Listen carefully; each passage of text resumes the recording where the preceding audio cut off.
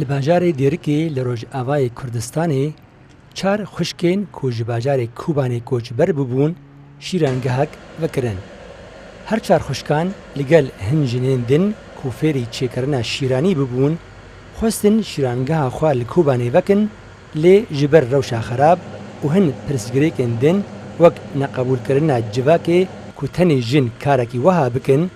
armanca wan pêk nehat. حميد ضدي ما بي ياك هناك جي اهلي ما بين يعني انه قال كاسي تكاسي ام نشجع عندن اما كاتشك بخاخه ما خوفا شجع عند ام هاتن فيدي خدي تشوا ام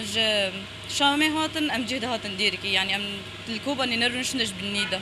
جبر ولا ام هاتنا ديركي مال ديركي فكر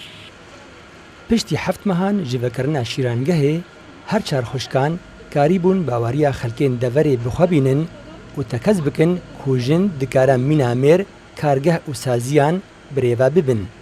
Tevlî ku ew nêzî 16 demjimêran di rojê de kar dikin lê car caran bistiranan Kobanê li bîra xwetînin û fişara kar ji bîr dikin. تقول كاتشكن ونكارن باكن يعني ونكاتشكن ونشاوا باكن اف شغلانه شغلي كاتشكا اسلاميه بس ما كاربو اثبات بكن انه ام كارن كاتشكار باكن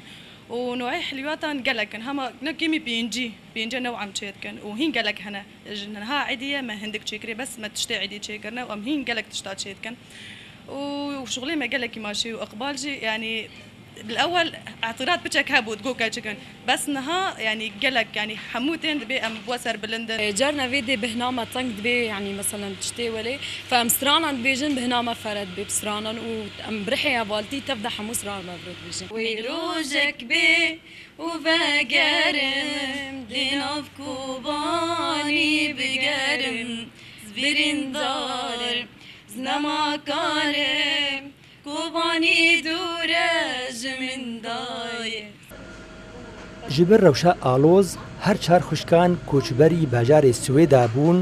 û paşê li şama paytexta Sûriyê cih girtin û di kargeheka çêkirina şîranî de kar kirin û di heyama çend salan de fêrî kar bûn. Li gorî ew dibêjin gelek cûreyên şîranî yên nû derbasî deverê kirina û roj bi roj herhatina xelkên deverê bi ser şîrangeha wan de